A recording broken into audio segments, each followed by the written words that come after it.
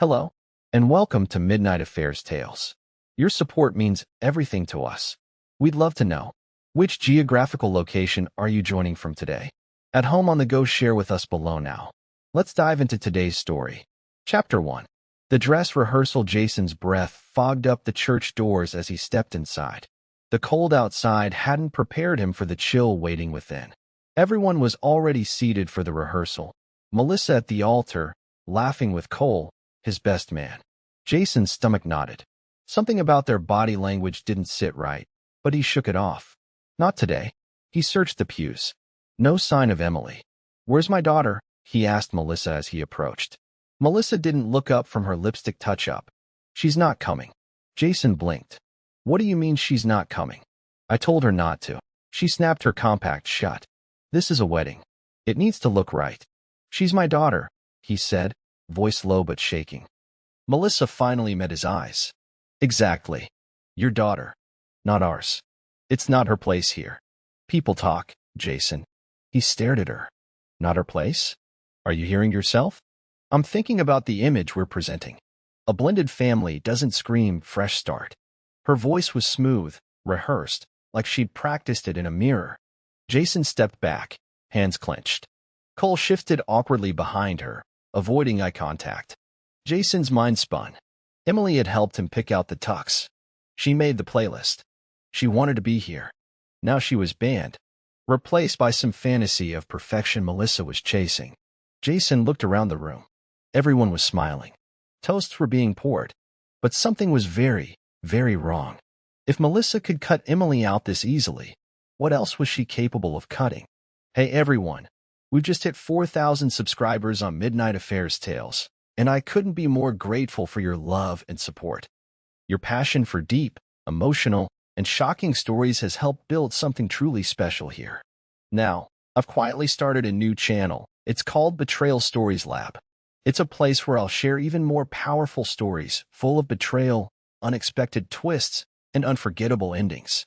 If you've enjoyed the journey so far, I'd love for you to check it out and be part of this new beginning. Channel link is in the description. Just one click, and you're there. Let's grow this new space together. Our first goal is 1,000 subscribers. And if any story touches you, don't forget to share it. Thank you for always being here. Now let's continue story. Jason drove home in silence. The steering wheel trembled beneath his grip, or maybe it was his hands. When he walked through the front door, Emily was sitting on the stairs, dress on hanger, makeup kit unopened beside her. "You look beautiful," he said quietly. She tried to smile, but her eyes were glassy. "She told me not to come." Jason dropped his keys. "She what?"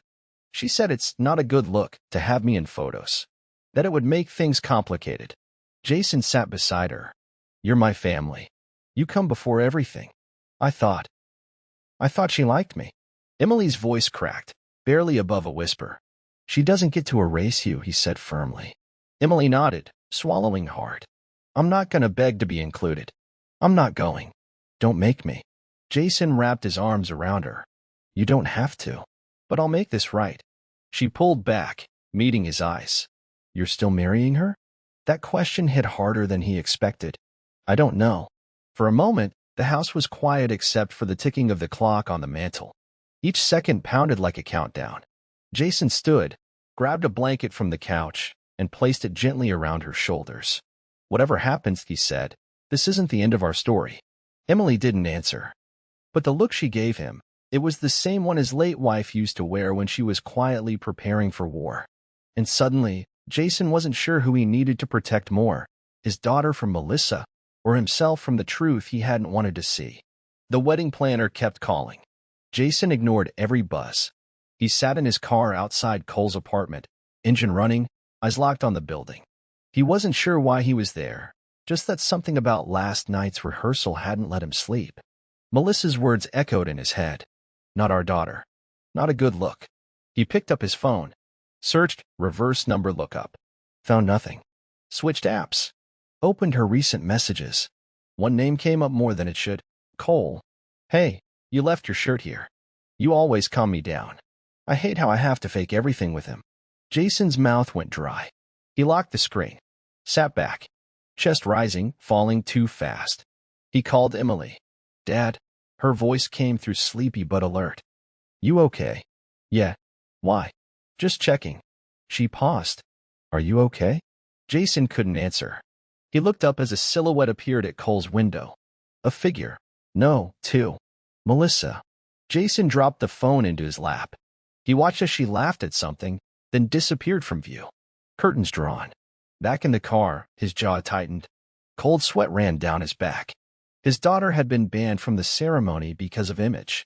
And here was the real image Melissa didn't want anyone to see. Jason gripped the steering wheel so hard his knuckles turned white. The wedding wasn't off. Not yet. But maybe it shouldn't be called a wedding at all. If the bride's already sleeping with the best man, then what the hell was Jason marrying into? Jason didn't show up for breakfast. Melissa sat at the hotel restaurant, surrounded by bridesmaids and catered smiles, sipping coffee like she hadn't just torn something out of him the night before. When Jason finally walked in, his eyes swept the room once, landed on her, and stayed cold. Cole waved him over from the next table, smirking like they shared some private joke. Jason walked past him without a word. Melissa raised an eyebrow. Did you get any sleep? Jason Saturday, barely. She leaned in. You're not getting cold feet, are you? He didn't answer. Just buttered a piece of toast like it was a job. Across the room, Cole stood and walked over, clapping a hand on Jason's shoulder. Hey, big man. You ready for the big day tomorrow? Jason flinched. Don't touch me. The table went quiet. Melissa's smile cracked. Jason stood. I've got errands. I'll see you at the final fitting. He walked out without another glance. But before the door shut behind him, he turned just slightly, just enough to catch Cole watching Melissa with that same look again. Not guilt. Familiarity. Intimacy. Jason's phone buzzed in his pocket as he reached the car. Emily. Emily. Hey. You okay? Jason. No. Not really. He stared at the screen. 3 blinking dots. She was typing. But the message never came. Instead, Jason glanced into the mirror, his own reflection looking back, hollowed out and narrowing. He didn't know what scared him more, what Melissa and Cole had done, or how calm he felt now that he knew. Jason stepped into his home office like a thief, careful not to let the floor creak. Melissa was still at the hotel. He had maybe 20 minutes. The security cam box had been collecting dust behind his bookshelf for months. It took him less than 5 minutes to set it up. One small black lens above the bookshelf, another in the hallway near their bedroom. Discreet. Hidden. Motion triggered. Not because he wanted to catch her doing something wrong. Because he already knew she had. Now he needed proof. The rest of the day dragged. Melissa kept texting, smiling selfies with bridesmaids, pictures of a cake sample, a joke about Cole dropping the rings. Jason responded with one-word replies. At midnight, he lay awake next to her in bed as she slept. Her breathing steady. Her phone face down. His heart pounded. Not from fear. From betrayal. From clarity. He turned on the monitor. Fast-forwarded through hours of nothing until movement. Afternoon. Cole at the door. Melissa in a silk robe. She opened it wider as she leaned in to hug him. Jason's hand trembled. He watched them laugh. Cole put something in her hand. Keys? An envelope? Then the kiss. Not just a mistake. Something practiced. Comfortable. Repeated. Jason closed the laptop and stood. His knees nearly buckled beneath him. Downstairs, he poured a drink. Something strong. Didn't taste it. He stared at the silent TV screen. A wedding was still scheduled for tomorrow. Flowers. Guests. Vows. And the woman he was marrying was already someone else's. And yet, he hadn't called it off. Not yet. Why? The venue was candlelit, expensive, curated like a magazine spread. Crystal glasses. Custom menus. Music soft enough to let secrets hide behind conversation. Jason walked in late. He wore the same suit Melissa had picked out 2 weeks ago, but it didn't fit the same anymore. It clung too tight in the chest. Everyone clapped when he arrived. Except Melissa. She was too busy whispering to Cole. Emily hadn't shown up. Of course not. Jason took his seat at the long center table. His name was printed next to Melissa's in gold cursive. Cole raised his glass. Before the dinner starts, I want to say something. Jason tensed. Melissa turned, smiling like she knew what was coming. Cole stood. Jason's been my best friend since college. He's loyal. He's a good man. And tomorrow, he's marrying a woman who, let's just say, knows how to handle a man. A few polite laughs. Jason didn't. Melissa laughed too loud. Jason looked around. Nobody else noticed it. That flicker in Cole's eyes. The pause between words. The way Melissa's hand brushed his thigh under the table when she thought no one was looking. Jason didn't eat. Didn't drink. He watched. Studied. Recorded every false laugh. Every sideways glance. Every glass of wine poured a little too quickly. This wasn't just a betrayal. It was a performance. But if they were going to put on a show, Jason would make sure he was the one writing the final scene. The morning after the rehearsal dinner, Jason woke up in a fog. Melissa was already gone, left a note in loopy handwriting, at the spa with the girls. Can't wait to say, I do. Love you. Hugs and kisses. Jason read it twice. He didn't believe a single word. He walked into the closet, scanning the shelves without really thinking. Then he stopped. The bracelet. It was gone. A silver chain with an infinity charm. He'd given it to her after their first anniversary. She'd worn it religiously. Called it her little reminder. Now it wasn't in its usual velvet box. He checked the drawer, the bathroom sink, her jewelry travel case. Nothing. Something twisted in his gut. He wasn't the jealous type, but things weren't adding up.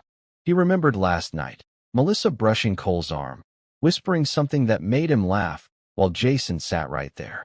He opened the drawer next to their bed and grabbed his car keys. Cole's apartment complex was quiet, too quiet. Jason parked across the street and waited.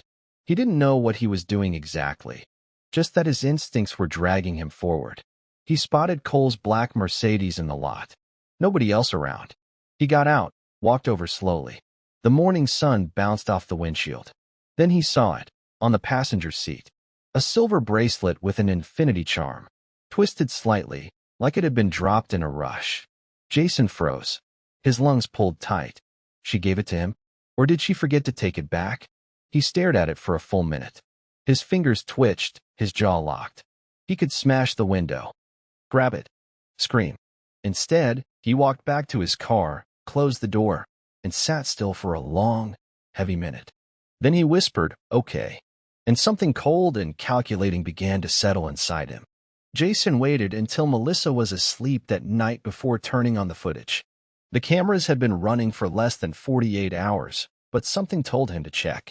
He sat at his desk, lights off, volume low. The screen flickered with time-stamped motion. First clip, Melissa alone, brushing her hair in the hallway. Nothing. Second clip, bedroom empty. Third, front door opens. Mid-afternoon. Jason paused. Cole stepped into the frame. He wasn't dressed casually this time. Dress shirt open at the collar. Melissa followed, barefoot, laughing. They didn't talk like lovers sneaking around. They talked like a couple living together. Jason leaned in as Cole reached into his pocket and pulled out a ring box. Jason's heart stalled. It wasn't an engagement ring. It was the ring Melissa had claimed she lost weeks ago, his mother's ring. The heirloom she said fell down the sink drain. Cole dropped it in her palm. She kissed him. Jason stared blankly at the screen. The laugh Melissa gave wasn't just real, it was cruel. The kind of laugh reserved for someone you feel safe enough to lie with. And lie for. He rewound it, watched the exchange again. This wasn't a fling. It was a partnership. A plan. Jason shut the laptop. Everything was burning under the surface now, but his face stayed still, muscles hardening with purpose. She had lied about the ring. Lied about the bracelet. Lied about their life. And tomorrow, in front of everyone they knew, she would lie in a white dress and say vows she'd already broken. Jason didn't touch her that night. Didn't speak. But as he lay in bed beside her, staring at the ceiling, he was already writing the first lines of her undoing. Jason spent the morning pretending. Smiling through breakfast at the hotel cafe. Shaking hands with out-of-town guests. Laughing at the pastor's jokes during final prep. But inside, he was a locked vault, ticking down. Back at home, he downloaded the surveillance footage to a flash drive. Labeled it, Wedding Playlist, and tucked it into his jacket pocket. Every step he took felt louder than usual. Final. He knew Melissa wasn't just unfaithful. She was calculating. Every move with Cole, every conversation, every lie, it had structure. Timing. Purpose. And that purpose?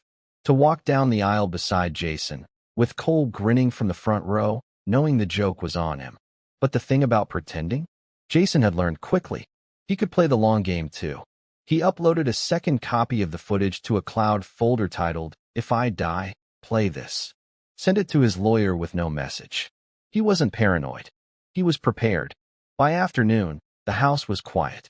Melissa was out with her stylist. Jason stood in the living room, watching the shadows stretch across the carpet. Everything felt like a set piece, furniture arranged for guests, a marriage arranged for show. The door opened. Emily stepped in. "You sure about tomorrow?" she asked softly. Jason looked at her. His daughter. The one person he hadn't lied to. "No," she nodded. "Then why are you going through with it?" Jason exhaled. "Because sometimes the only way to destroy something fake is to let it finish." Emily stared at him, confused but trusting. "I'm not going," she said again. "I know," he replied. "But I promise you this wedding, it's not the ending. It's the beginning." He walked upstairs, left her standing there. She didn't know what he meant. Not yet. The wedding morning broke quiet, too quiet. Jason stood in front of the mirror, adjusting the time Melissa picked out. It used to feel like a symbol. Now it felt like a leash. Behind him, the room looked perfect. Steamed tuxedo, polished shoes, handwritten vows on the dresser in Melissa's handwriting. He didn't touch them. Instead, he looked at the framed photo on the shelf. Him, Melissa, and Emily at the coast. 2 smiles real. 1 rehearsed. A knock came at the door. 10 minutes, Jay, Cole's voice called out. Jason's jaw clenched. "Be right there." He waited until the hallway was quiet again, then opened his drawer. Pulled out the flash drive. It was tucked inside a slim, white envelope labeled DJ Booth. Next to it, he placed a short note. "Play this if I say now. Only if I say it." He sealed it and slid it inside his jacket. He looked back at the mirror. The man staring back wasn't groomed for marriage. He was dressed for war. The chapel was full. Candles lined the aisle. Rows of guests turned with polite smiles as Jason entered. But he only looked at one empty seat. Emily's. She'd said she couldn't watch someone lie to him in real time. Jason had told her he understood. The music swelled. The pastor took his place. Cole stood at the front, grinning like he owned the moment. Then Melissa appeared, dressed in lace, veil trailing like fog behind her. Every step she took down the aisle pulled at Jason's chest like a rope. He heard guests murmur, "She's stunning. They're perfect together." He felt sick. She reached him, slipped her hand into his. "Cold. Ready?" she whispered. He nodded once. "Let's make it official." But his eyes didn't meet hers. They drifted to Cole, and for a split second, he saw it, the silent exchange between them. Panic? Doubt? No. Arrogance. They thought they'd won. The pastor cleared his throat. "Dearly beloved," Jason tuned him out. Instead, he tracked every movement, every expression, every twitch of Melissa's mouth when she said the word forever. He thought of the footage in his jacket. He thought of Emily's empty seat. And he smiled, just slightly, because this wasn't a wedding anymore. It was a countdown. The moment the officiant said, "You may kiss the bride," Jason stepped back. Melissa blinked. "What are you?" Jason turned to the guests, raised one hand. The DJ, a friend of Jason's since college, caught the signal. Opened the envelope. Hesitated just long enough for the room to shift uneasily. Then he hit play. The speakers crackled, then filled with sound. Not music. Voices. Melissa's voice. Cole's voice. Laughing. Kissing. Plotting. Gasps rippled through the pews. Someone dropped a champagne glass. A bridesmaid covered her mouth. Jason stood frozen, eyes locked on Melissa. Her face went white. "No," she whispered. The recording continued. "He's so gullible. He doesn't even ask where I go during lunch anymore. After the wedding, we'll figure out the money. I'll handle him." Cole stood still, jaw locked. Melissa turned to Jason. "This isn't what you think," Jason's voice cut through her lie. "I know exactly what it is." He stepped forward, looked at the crowd. "Ladies and gentlemen, thank you for coming. But there's no wedding today." He looked at Melissa once more. "There's just a funeral for what we were." Then he walked off the altar, past Cole, past the shocked guests, out the door and into the sunlight. Behind him, the truth kept playing. and no one was clapping anymore. Jason didn't answer his phone for the next 6 hours. Not the planner, not the guests, not even the pastor who'd been blindsided. He drove until the chapel was just a blur in the rearview mirror. The sound of gasps and whispers still echoed in his ears, but it wasn't shame he felt. It was silence. And in that silence, clarity. He parked outside the house. Their house.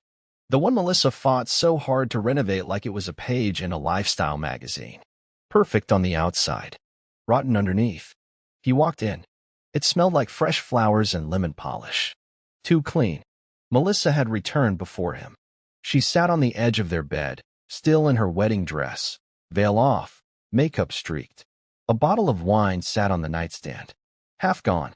"You humiliated me," she whispered. Jason tossed his jacket onto the chair. "No. I revealed you. You didn't have to do it like that. I didn't have to do any of this, Melissa. I could have walked away quiet. But you made sure I couldn't." She stood, voice cracking. "We had something."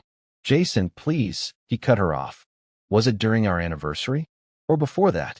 When did he start sleeping in my life like it was his?" She flinched, and he knew. She wouldn't say. Cowards don't. Jason opened the drawer and pulled out the folder of bank statements. Copies of accounts she thought were hidden. Money funneled out. Dates matching her spa weekends. "You stole from me," he said. "From Emily. I was protecting myself." "No, Melissa. You were replacing me." Her eyes welled. "Jason, if you go to court, I already have." He walked to the door. "I'm not angry anymore. I'm just done pretending you were ever real." Then he left her standing there in the ruins of the image she'd built, as fake as the vows she tried to sell. Jason didn't sleep. Couldn't. Not while pieces were still moving. He sat in his home office with the lights off, laptop glowing cold on his face, scrolling through emails, files, names. He wasn't just angry anymore. He was calculating. That night, he pulled up an old contact, Melissa's former boss from her real estate firm. The one she said didn't like her. She'd painted him as a jealous creep who tried to block her promotions.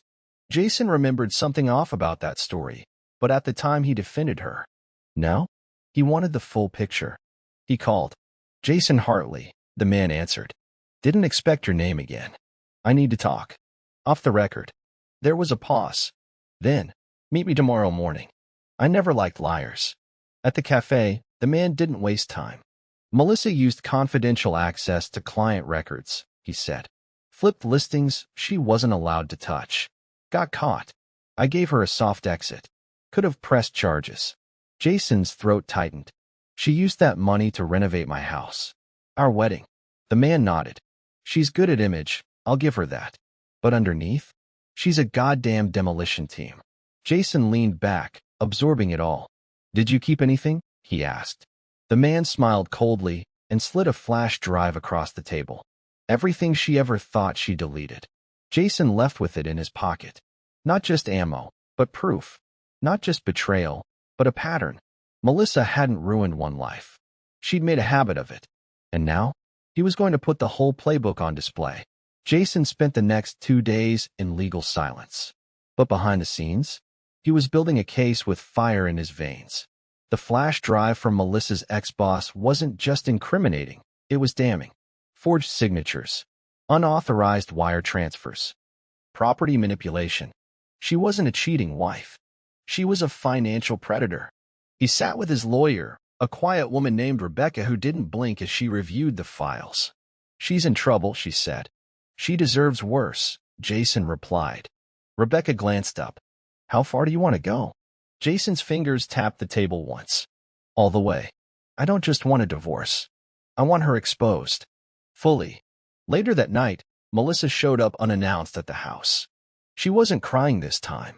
She was calm. Mask back on. "I want to talk," she said. Jason let her in, wordless. She walked to the kitchen like she still belonged there. "I know you're angry, but we can fix this. You're not a vindictive man." Jason watched her. No emotion. "I was never vindictive. Until you made me be." Melissa opened her purse, pulled out an envelope. "Let's settle quietly. I'll walk away clean. No courts. No press." Jason took the envelope. Opened it. The amount inside was laughable. A payoff. Silence money. He set it on fire in the sink. Melissa gasped. What are you doing? Ending it the way you never saw coming. He turned back to her. I sharp. You broke trust. You broke law. But worst of all, you broke family. He stepped closer. And I don't fix that with money. Jason found it while looking for an old charger in the hallway closet, a dusty accordion folder tucked behind a shoebox of winter scarves. It wasn't his. Inside, photos, printouts, highlighted texts, handwritten notes. Emily's handwriting. Receipts dated back over a year. A coffee shop near Cole's office. A parking ticket in Melissa's name, 30 miles from where she said she was. A photo of Melissa and Cole far away, grainy, but unmistakable. Jason recognized the jacket, the way her hand was on his chest. His fingers trembled as he flipped through it all. Emily had been documenting everything, alone. While he'd trusted, she'd watched. While he denied, she'd been tracking truth. He didn't hear her walk in. I didn't want to hurt you, she said softly. Jason turned, startled. I found out by accident, she continued. She left her laptop open. I saw a message. I thought maybe it was just emotional, until it wasn't. Jason sat down, folder still open. You did all this? Emily nodded. I was going to tell you. But then I saw how happy you were planning the wedding. And I thought, maybe I was wrong. Maybe she'd stop. Jason looked up. You thought she might stop for me? Emily didn't answer. She didn't have to. He closed the folder slowly. You've done more for me than I ever did for you. She stepped closer, voice steady. Don't protect her anymore.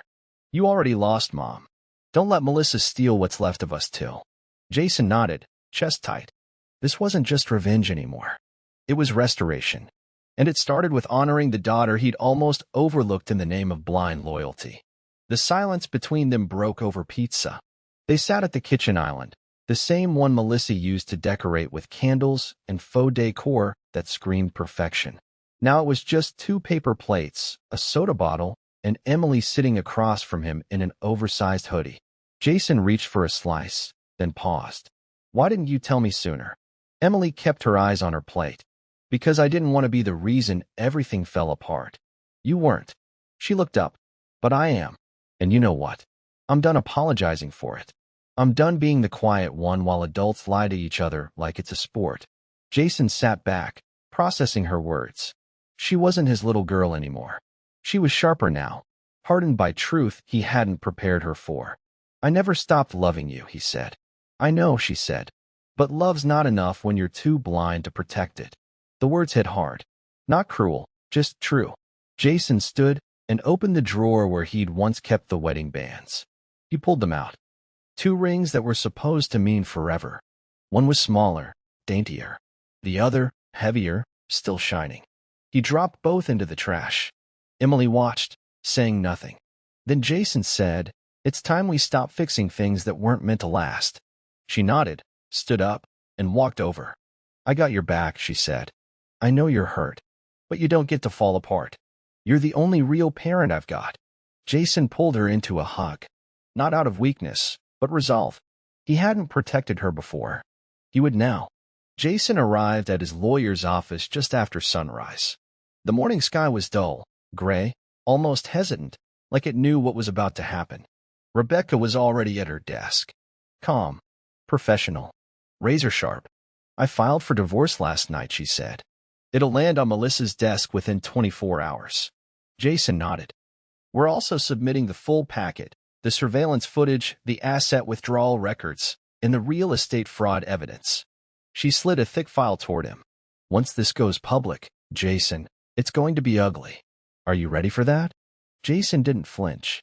I'm past shame. Rebecca paused. Cole? Jason met her eyes. I'll let the fallout hit him when it lands. Melissa's the center of this. The rest? Collateral. She nodded. We'll also freeze joint accounts today. Anything she tries to touch, we'll see. Jason exhaled, steady. For once, he felt control return to his body like blood thawing from a long freeze. Rebecca leaned back. If the judge sees what we have, you'll not only walk clean, you might own the house, the savings, and the narrative. Jason's jaw clenched. I don't care about the stuff. Then what do you care about? He didn't hesitate. Closure. When Jason left the office, he didn't go home. He went to Melissa's boutique. He stood outside, watching through the glass as she laughed with a customer, playing the role of the innocent entrepreneur. He waited until she saw him. Her smile faltered. He raised his hand, not in anger, but a wave. A goodbye. Her phone buzzed a second later.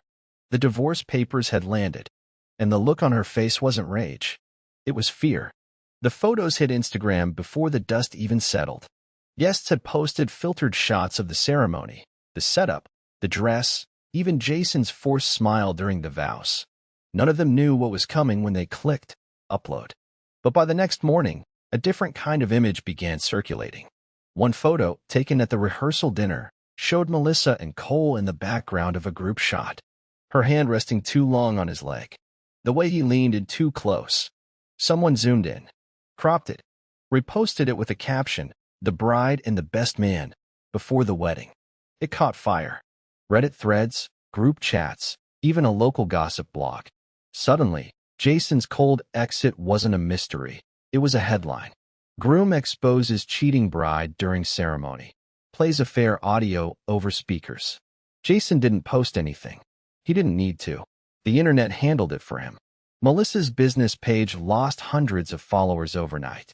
Cole's name was dragged through every comment section. Even former clients were reposting receipts, literal screenshots of shady real estate dealings Melissa had promised were just mistakes. Jason sat at home, scrolling through the chaos like an outsider watching a building he used to live and burn. Emily sat beside him, sipping tea. "They're eating each other alive," she said. Jason nodded. "I didn't even have to touch the match." She looked at him carefully. "How does it feel?" He didn't smile. Didn't gloat. Necessary. Melissa tried calling, then texting, then emailing. At first, the messages were defensive. "You blindsided me. We could have handled this privately." Then they turned desperate. "You don't have to destroy everything. Think of your reputation too." Jason read them all without replying. But it was the one message she didn't send that changed everything. Inside her old coat, the one she left behind when she stormed out the morning after the wedding, Jason found a burner phone. It was hidden deep in the lining, taped between fabric and thread. A cheap flip phone, screen cracked. Still charged. He hesitated before opening the texts. The first one was from Cole. Delete the email trail. And make sure Jason doesn't see the bank statement folder. Another, "He's dumb, but he's not blind. Be careful." And then the last one, timestamped the night before the wedding. "If he finds out before the ceremony, stall. Smile. Pretend. We'll handle it after the money clears." Jason stared at the screen, his hands stiff. It was never just an affair. It was a setup, a plan, a partnership. Melissa hadn't just cheated on him. She conspired to gut him clean, emotionally and financially. He copied the texts to a new drive, sent them to Rebecca. Then he put the phone in a Ziploc bag. No more doubts. No more benefit of the doubt. She didn't want a husband. She wanted a mark. Rebecca's office smelled like old books and justice. Jason slid the bag across the table. "You're going to want to see this." She opened it, brows raised. The texts loaded slow on the cracked screen, but when they did, her reaction was immediate. Her mouth tightened. Then, one corner lifted slightly. "Jason," she said, "I still on the screen. This isn't just betrayal. This is premeditated financial exploitation." He nodded. "Thought so." She looked up, face unreadable. "We're not talking divorce anymore. We're talking fraud. Possibly conspiracy." Jason sat forward. "And?" Rebecca folded her hands calmly. "We file a motion to freeze her remaining accounts. We request a forensic audit of her real estate license. And we subpoena Cole's emails too. If he was in on it, we tie them together. One rope, one noose." Jason's voice was flat. "Do it." Rebecca paused. "You know, most people who find this kind of thing, they spiral. You're calm." "I spent years building something real," he said. "She spent months turning it into a lie. She's going to fight back." Jason stood, reached for the door. "Let her." The courthouse smelled like varnish and stress. Jason sat in the back of the conference room, watching Melissa across the table. She wore a black blazer, minimal makeup, hair tied tight. Her eyes darted everywhere. The walls, the notepads, the ceiling. everywhere but him. Her lawyer, a polished man with a rehearsed voice, started calmly. My client is willing to negotiate a clean settlement. Split assets, no alimony requests, no public filings. Jason didn't flinch. Rebecca opened her file. Mr. Hartley has submitted digital proof of infidelity, collusion with a third party, and concealed financial activity, some of which may qualify as wire fraud. She slid the burner phone into the center of the table, in a plastic evidence bag. Melissa's breath caught. Her lawyer froze. Rebecca continued. We also have a signed statement from a former colleague implicating Mrs. Hartley in misappropriation of confidential records. Melissa's face drained of color. This is an ambush. No, Jason said. This is a mirror. He leaned in. You stole from my accounts, lied about our prenup, and planned to leave me bankrupt after the wedding. Her lawyer interjected. These accusations are unsubstantiated. They're backed by receipts, Rebecca said flatly. Want to see the ledger? Jason pushed the final folder forward, bank statements with matching transaction IDs, side by side with her fake business expenses, all tied back to a shell account under her maiden name. Melissa stood suddenly, voice cracking. You don't get to do this to me. Jason didn't rise. I didn't do anything to you, he said. You did this to yourself. And in that room, with the truth laid bare, Melissa finally looked small. Not evil. Not powerful. Just cornered. Emily didn't go to court. She didn't need to. Instead, she opened her laptop and hit post. A quiet blog she'd been working on privately, titled, The Other Vow, How My Stepmom Tried to Erase Me. No clickbait. No rage. Just truth. She detailed the last year, how Melissa slowly pushed her out of family events, manipulated Jason into thinking it was normal. She shared screenshots, subtle digs, and most importantly, her father's silence. Not weakness. Not denial. Just love trying to survive the wrong storm. Within 2 hours, it was shared 12,000 times. 3 Reddit threads picked it up. Women across the country responded. One comment read, I cried reading this. My mom did the same to me. Stay strong, girl. Another, your dad raised a fighter. She messed with the wrong kid. Emily didn't smile reading the comments. She just sat there, still, centered. For once, people weren't questioning her silence. They were listening. She walked downstairs, found Jason reading the court filing near the kitchen. I posted the blog. He looked up, eyes a little wide. You sure? I didn't name names. But they'll know. He studied her for a moment. How do you feel? Free, she said. Jason nodded, voice low. You took your space back. She nodded. And I gave her a taste of what it feels like to be erased. They didn't high-five. Didn't celebrate. They just understood each other. 2 people who'd survived the same storm, from different ends. Jason opened the door to a courier the next morning, hand-delivered papers from Rebecca. Attached was a note, court date locked. Discovery phase complete. She won't walk away clean. He didn't smile. He folded the papers, set them beside the burner phone and flash drive on the counter. His tools of war. Pieces of the truth. The next week would decide everything: property, accounts, public image. The case had expanded beyond divorce. Now it was about fraud, criminal implications. Cole had gone quiet. His lawyer submitted a statement denying involvement, but Jason knew he was watching from the shadows, waiting to see how deep the fire would spread. Melissa, meanwhile, had taken her business page down. Clients had backed out. Local news reached out for comments. Jason declined. He didn't need the spotlight. He needed resolution. That night, he stood in the doorway of Emily's room. She was sketching something, a design project for school. You're not scared of what happens next? He asked. She looked up. No. Are you? Jason thought about it. The pain? He already lived it. The betrayal? He already bled from it. No, he said. Because I'm not walking into this as the man she fooled. I'm walking in as the man she didn't see coming. The courthouse felt different this time. Jason wasn't walking in as a broken man, holding shattered trust in one hand and legal hope in the other. He was walking in with evidence, with purpose, with his daughter sitting beside him, her hand steady on his arm. Melissa arrived late, dressed for sympathy, gray suit, hair pulled back, no makeup. The press outside snapped photos, but she didn't stop to smile. Inside, her lawyer whispered frantically. She barely nodded. The hearing began. The judge was straight-faced, sharp-eyed, not one for drama. Jason's side presented first. Footage, bank logs, expert statements from the forensic accountant. They laid it all out clean, surgical. Melissa's side argued back. Emotional claims, no hard refutation.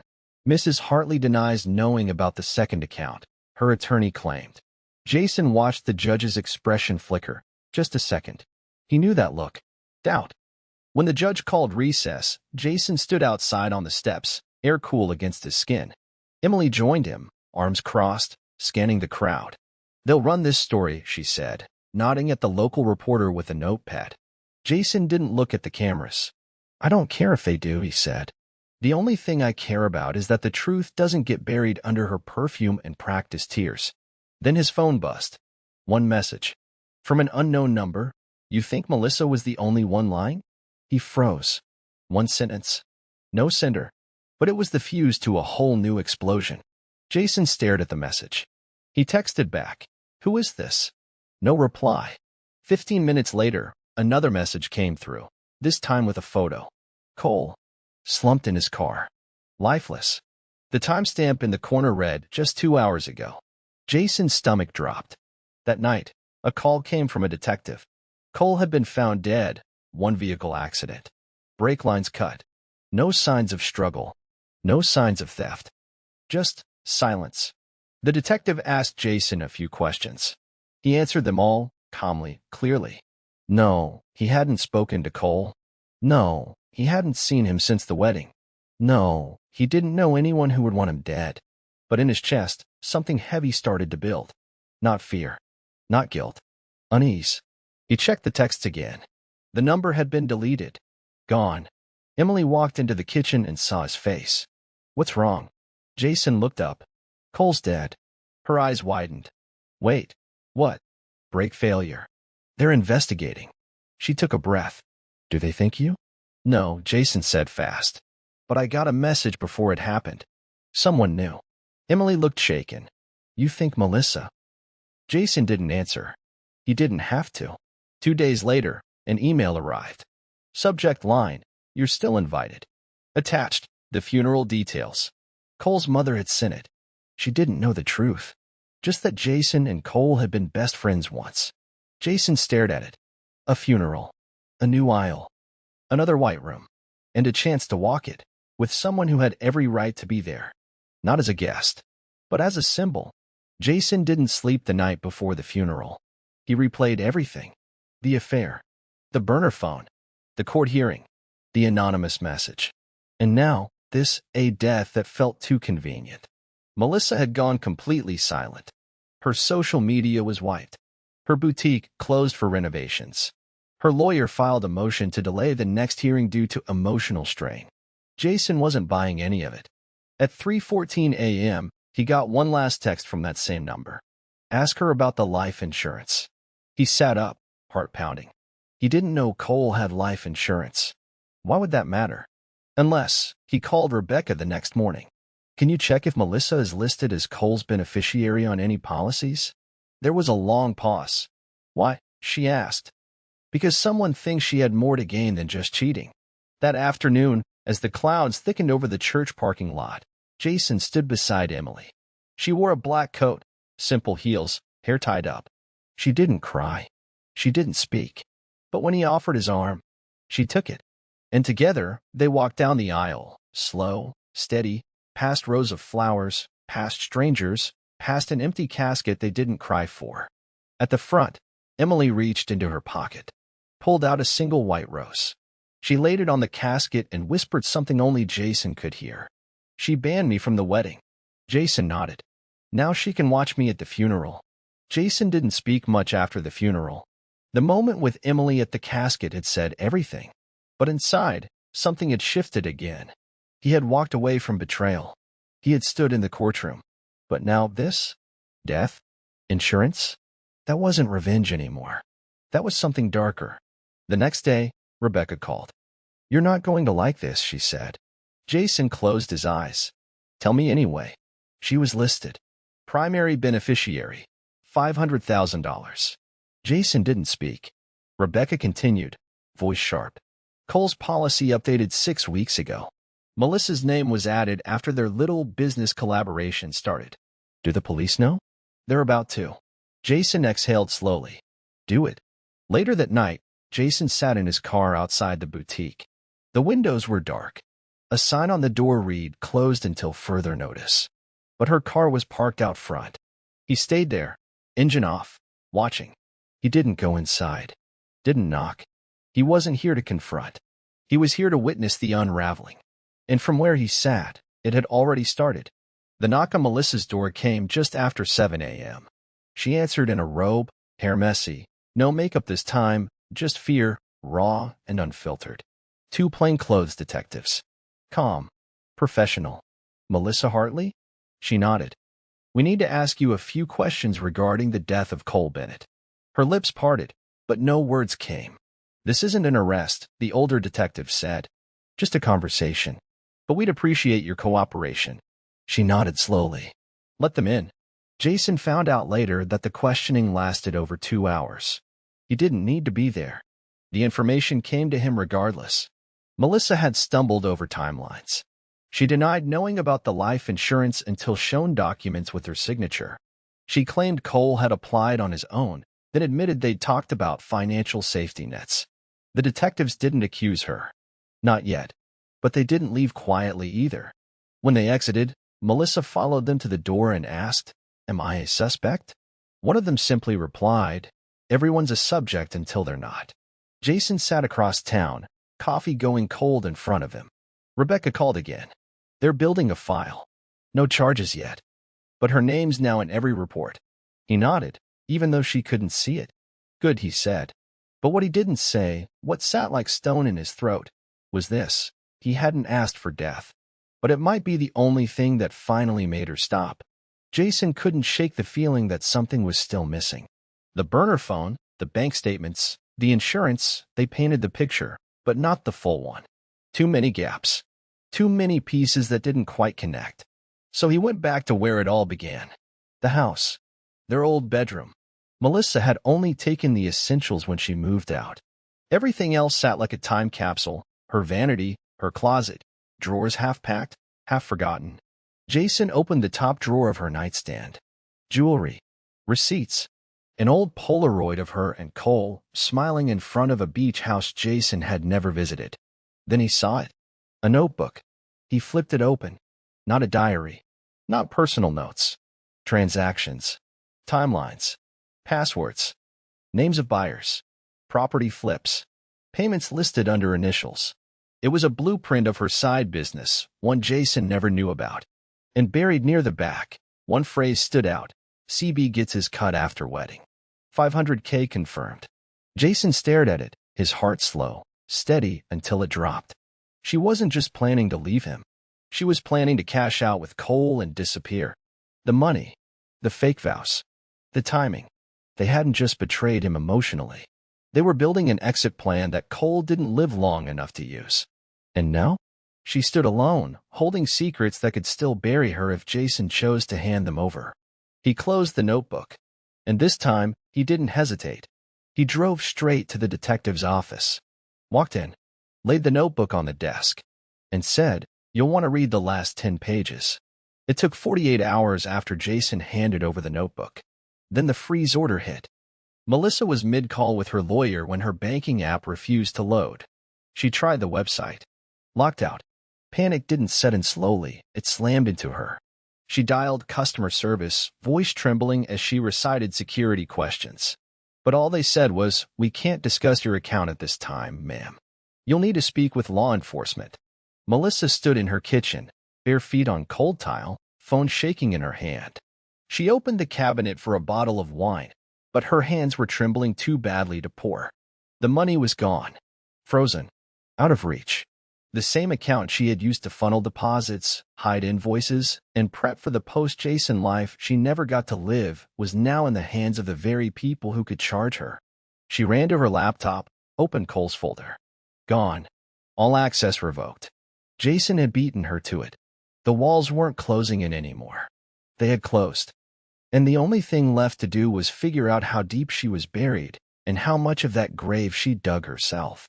The courtroom was cold, not just in temperature, but in energy. Melissa sat 3 seats away, her face unreadable, lips pressed tight. No makeup this time. No jewelry. She looked like someone on trial, even if no charges had been filed yet. Jason took the stand. Not with vengeance in his eyes, but with focus. Rebecca stood beside him. Calm. Clinical. Mr. Hartley, she began. At what point did you realize your wife's financial activity went beyond personal betrayal? Jason looked at the judge. When I found proof she'd opened an account under a name she hadn't used in years, her maiden name. That wasn't about hiding a fling. That was about hiding money. Murmurs stirred behind him. Melissa flinched, just slightly. Rebecca continued. Can you confirm the documentation found in your home, specifically the ledger with client transactions, was not something you ever saw until recently? Yes. Can you explain why this matters? Jason paused. Because it wasn't just deception. It was intent. Melissa didn't just cheat on me. She built a system around it. She made me a character in a life I didn't agree to play. There was silence. Rebecca nodded. No further questions. As Jason stepped down, he passed Melissa. She didn't look at him. He didn't need her to. She'd spent years trying to write him out of the truth.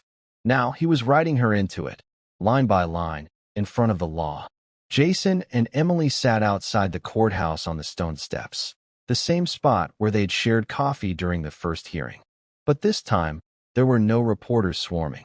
Just stillness. Feels weird, Emily said. Jason glanced over. What does? That it's finally out there. That people finally know she was more than just a cheater. She was a thief. Jason nodded slowly. Most people only think about the person you sleep with, not the ones who rob your peace while smiling in your face. Emily sipped from her cup. I'm proud of you. Jason turned to her, eyes softening. Of me. You could have blown up, destroyed her publicly. But you waited. You did it the right way. He gave a small, tired smile. Truth doesn't need volume. Just proof. They sat in silence for a while. Then Emily said, You know what's messed up? What? That she walked me down the aisle once, to ban me from yours. And now?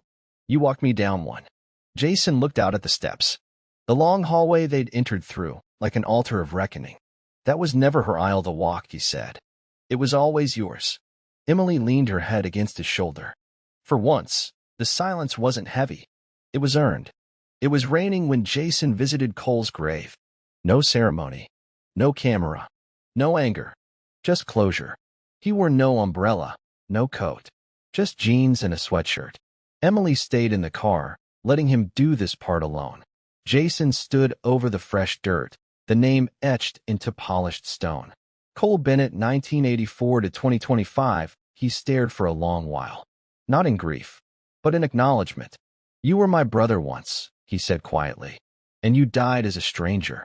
He knelt down, pulled a small envelope from his jacket, a photo. Him, Melissa, and Cole, back in college. Drunk smiles.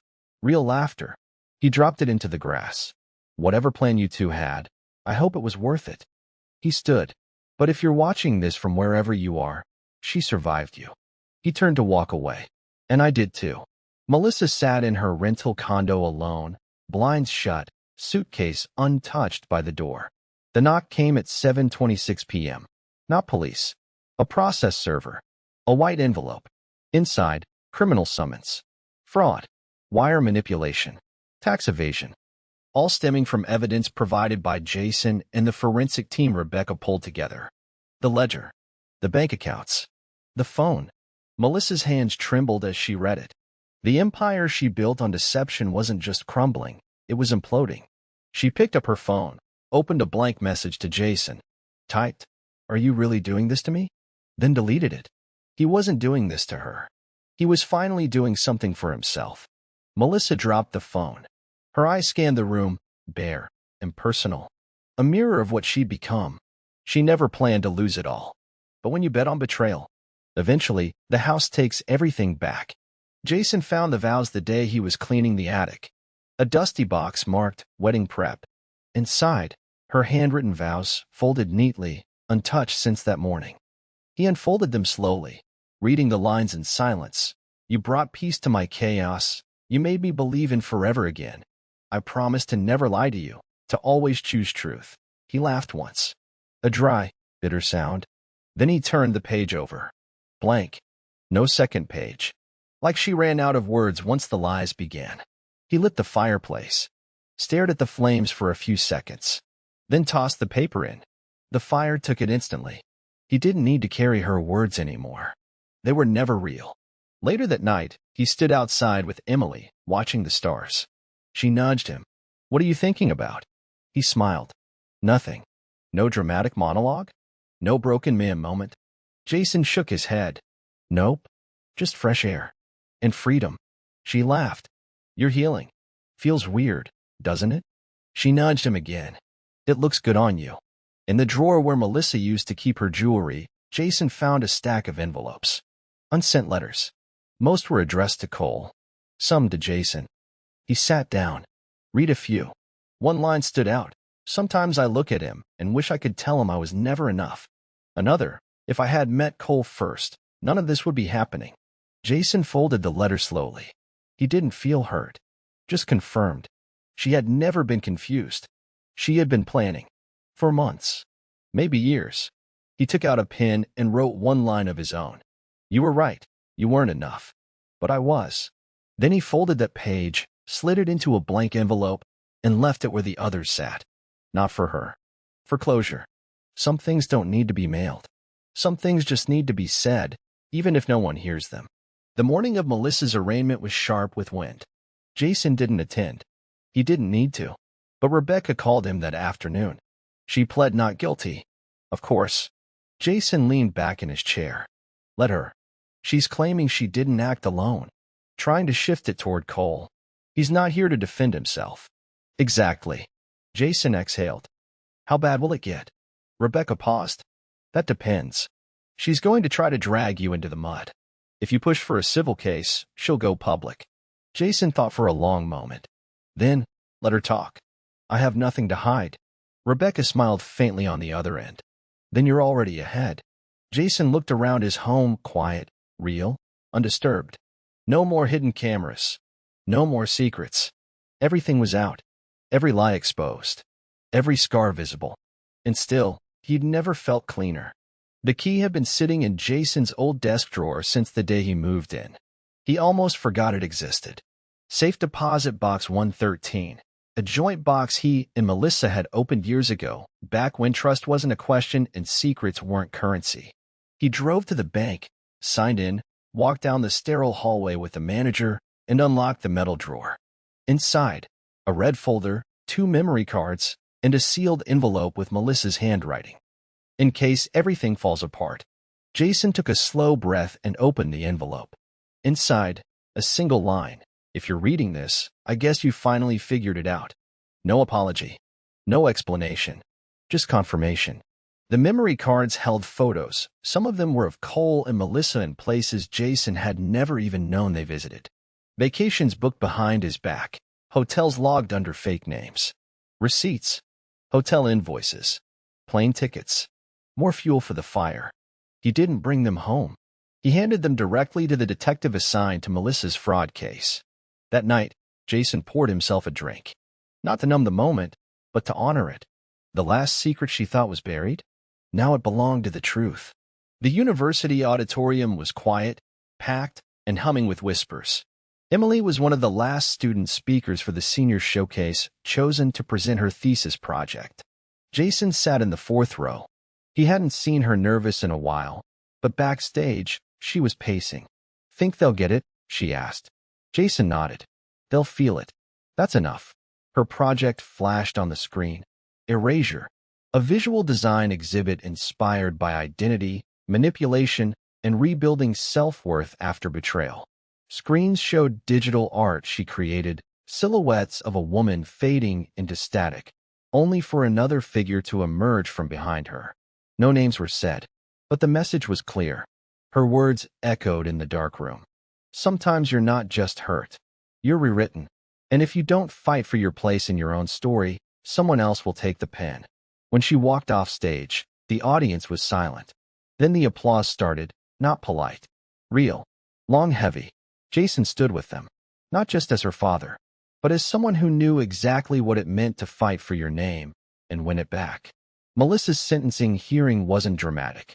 No cameras, no tears, just cold paperwork, lawyers, and the judge's voice echoing through a room that felt too small for everything that had happened. Jason sat behind Rebecca, silent, calm. Melissa didn't look back. She wore black again, her new uniform for sympathy. But the judge didn't buy it. Her charges: financial fraud, wire fraud, misuse of corporate accounts, one count of falsified identity. Not everything stuck, but enough did. The judge read from the file. You displayed a consistent pattern of deception. And while your motivations may be argued in court, the damage you caused speaks louder than any defense. Melissa didn't blink. Sentencing: 3 years probation, restitution of misappropriated funds, surrender of license, and a permanent mark on your professional record. No jail, but no future either. She had walked into court with a mask. She walked out with nothing left behind it. Jason walked out first. Into the light. Into the cold. Emily joined him, holding his coat. You okay? He nodded. No? Yeah. Do you feel like she got what she deserved? He thought about it. No. But I got what we needed. A month later, the divorce was finalized. No fanfare. No tension. Just documents signed, filed, and sealed. Jason stood in his lawyer's office, flipping through the last few pages. There it was, his name, legally no longer tied to Melissa's. Rebecca watched him quietly. You did it. Jason nodded. We did. Most people don't see it through this far. He closed the file. That's because most people want revenge. Rebecca tilted her head. And you didn't? Jason looked out the window. I thought I did. But really? I just wanted the truth to be louder than the lie. He stood, shook her hand. Outside, the sky was clear for the first time in weeks. He walked down the steps, one hand in his coat, the other holding a manila envelope labeled Final Decree of Divorce. Jason Hartley, he didn't feel empty. He felt exact. Not healed overnight. Not magically whole. But finally his own man again. And for the first time in years, free. Jason stood in the dealership parking lot, keys in hand, watching Emily run her palm across the hood of a deep blue Honda Civic. Are you serious? She asked, wide-eyed. He nodded. It's yours. She blinked. Why now? Jason gave a small smile. Because everything she tried to take, your future, your worth, your place in this family, we're taking it back. One piece at a time. Emily opened the door, sat inside. The interior still smelled like factory leather and hope. She grinned. I feel like a real adult. You are, Jason said. You've earned it. He leaned on the frame as she adjusted the mirror. You could have gotten bitter, Em. You could have shut down. But you didn't. She looked up at him. Because you didn't either. Jason exhaled. I almost did. Yeah, she said. But you didn't. You showed me what it looks like to get burned and still rebuild. That night, they drove around for no reason. Music low, windows cracked, no destination. Just movement. Just freedom. The kind that can't be stolen. Jason didn't plan on going public. But the blog Emily wrote had picked up traction, and now local outlets were reaching out. He wasn't interested in dragging Melissa through more dirt. But there were others like him out there. Others who felt invisible, erased, cornered by someone who weaponized love. So he agreed to one interview. It wasn't dramatic. No tears. No viral sound bites. Just truth. My wife cheated. Yes. But the bigger betrayal was that she tried to take everything while smiling to my face. People don't always talk about the financial part of betrayal, the systems built around the lies. The reporter asked, what would you say to someone going through it right now? Jason didn't hesitate. Document everything. Don't let rage blind you, but don't let silence bury you either. You don't have to scream to be heard. You just have to stop hiding. The article went live under the headline, he didn't just lose his marriage. He exposed the lie built around it. And for the first time, Jason didn't feel like the story was being taken from him. It was being told on his terms. 2 weeks later, Jason received a letter in the mail. Official court transcript. Final sentencing hearing. He didn't need to read it. But he did. There, in black and white, were the judge's final words to Melissa, Sometimes the punishment isn't years in prison. Sometimes it's the legacy you leave behind. And in your case, that legacy will follow you longer than any sentence. Jason folded the letter once, slipped it into the back of his filing cabinet. Not out of anger, but out of understanding. Melissa had built a legacy of illusion. He and Emily were building something else entirely. That night, Emily cooked dinner, simple pasta and garlic bread. They ate on the back porch. No tension, no planning, just air, laughter, peace. The kind of evening that didn't need to be earned, just protected. Jason stood in front of the fireplace one last time, holding the manila envelope labeled Final Decree. He had moved it around for weeks, top drawer, glove box, desk. Never thrown away, never displayed. But now, he fed it into the fire, not to forget, but to close the page. The flames curled the edges until it was nothing but smoke. He turned to Emily, who was watching from the hall. That was symbolic, she smirked. Jason shrugged. I'm dramatic now. Comes with the healing. She laughed and walked off, leaving him standing there, lighter. The past didn't live in paper anymore. It lived in lessons. In silence he could finally enjoy. And in the man he'd become because of what he survived. Jason stood in front of the mirror, adjusting the collar of his shirt. Not a suit, not a courtroom tie, just a clean button-up, sleeves rolled. Comfortable, sharp, present. The launch event for the nonprofit was set for noon. A modest hall, a small stage, 50 folding chairs, and a banner that read, Reclaim, Advocacy for Survivors of Domestic Betrayal and Financial Abuse. It wasn't just a name. It was the mission. Jason hadn't just survived what Melissa did. He'd turned it into a blueprint. For others. For those who never got the chance to fight back. Emily helped design the logo, a rising phoenix inside a broken ring. You ready? She asked, standing in the doorway, clipboard in hand. Jason looked over his shoulder. I think so. He grabbed the binder with his speech and followed her out. The room wasn't full, but it didn't need to be. People listened. They leaned in. Jason stepped up to the podium and paused before speaking. I didn't start this because I wanted to stay angry. I started it because I know what it's like to lose everything you thought was real and still have to get up the next day. He let the silence breathe. I know what it's like to be called bitter for demanding truth. I know what it's like to be laughed at when you ask for fairness. I know what it's like to wonder if you were the crazy one.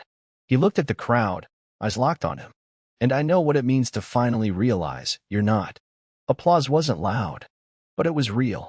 And that's all he'd ever needed. Jason stood at the back of the campus auditorium, watching Emily from behind as she adjusted her gown. College graduation.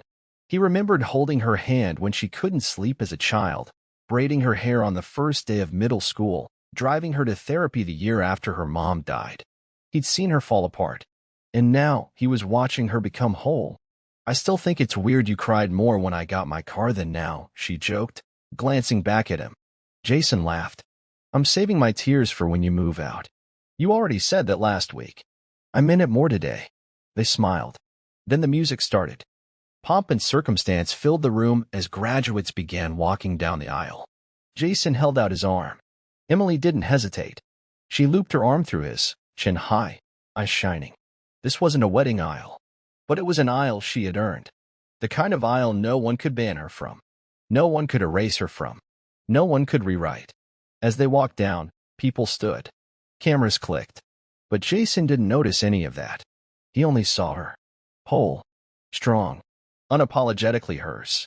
At the front, she stepped away, turned, and gave him one last look before heading to her seat. He gave her a small nod, the kind only a father could give a daughter when words weren't enough. This was the aisle that mattered, and he had walked her down it with pride, not pain. The beach was quiet. Late evening wind moved through the dunes. Jason stood at the shoreline, holding a sealed envelope. No name on it. Just wait. He sat in the sand, pulled out the page, and began to read aloud. Not for anyone to hear, just for himself. Melissa, you never asked what you really took from me. You didn't just lie. You turned love into leverage. You turned trust into something you could sell. And still, I'm not here to curse you. I'm here to thank you. Because in breaking me down, you made room for something I never saw coming. Forgiveness. Not for you. For myself. For the man I forgot I was before you. For the father I almost failed to be while chasing the illusion of a wife. For the peace I traded for pretending. You don't get to take my story with you, because I've already rewritten the ending. Jason folded the letter, placed it in the jar, and buried it beneath the sand. The ocean didn't clap. There was no cinematic thunder. Just quiet. Real peace, for the first time in years. And in that stillness, he smiled. Not because he'd won, but because he'd finally let go of needing to. 6 months later, the house was different. Same walls, same kitchen, same porch. But everything felt warmer. Lived in. Real. Jason and Emily were setting up a small backyard dinner. Friends, a few neighbors, her boyfriend. Just people who'd stayed. I invited someone, Emily said, lighting candles on the table. Jason raised an eyebrow. Oh. She read the blog. Said it gave her the courage to leave her situation. Single mom. 2 kids. She's starting over. Jason nodded, taking that in. That's the point, right? Exactly. They sat, passed plates, shared laughs. It wasn't flashy. It was something better. Safe. After dessert, Jason stepped aside, phone in hand, opened his notes app, and added a line he hadn't written down before. You don't need to destroy someone to win. You just need to outlive the version of yourself they tried to erase. He looked out over the lights strung across the yard. His daughter smiling. People living. That was the aisle he'd walked. Not the church. Not the courtroom. The one that led him back to himself. So let me ask you something real. If you were in Jason's shoes, would you have done the same? Would you burn it down? Or build something better? Tell me in the comments and be honest. Where are you watching from? I want to know. And hey, if this story hit you deep, tap that subscribe. Hit like if you felt that one moment. You know which one I mean. And share this with someone who's ever had to rebuild from the ashes. Because this wasn't just a cheating story. This was survival. This was truth. This was revenge done right. And damn if it didn't feel good to finally end it like this.